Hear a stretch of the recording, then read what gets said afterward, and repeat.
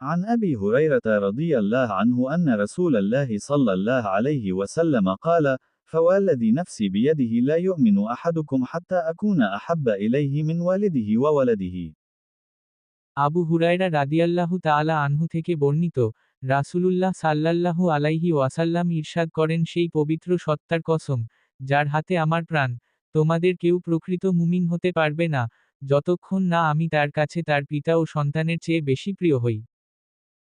আবু মুসা রাদিয়াল্লাহু তাআলা আনহু থেকে বর্ণিত, তিনি বলেন, সাহাবায়ে কিরাম জিজ্ঞাসা করলেন, ইয়া রাসূলাল্লাহ, ইসলামে কোন কাজটি উত্তম?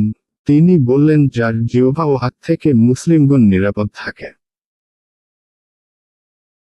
عن أنس رضي الله عنه عن النبي صلى الله عليه وسلم قال: لا يؤمن أحدكم حتى يحب لأخيه ما يحب لنفسه। আনাস রাদিয়াল্লাহু তাআলা আনহু থেকে বর্ণিত, রাসূলুল্লাহ সাল্লাল্লাহু আলাইহি ওয়াসাল্লাম ইরশাদ করেন, তোমাদের কেউ প্রকৃত মুমিন হবে না, যতক্ষণ না সে তার ভাইয়ের জন্য তাই পছন্দ করবে, যা নিজের জন্য পছন্দ করে।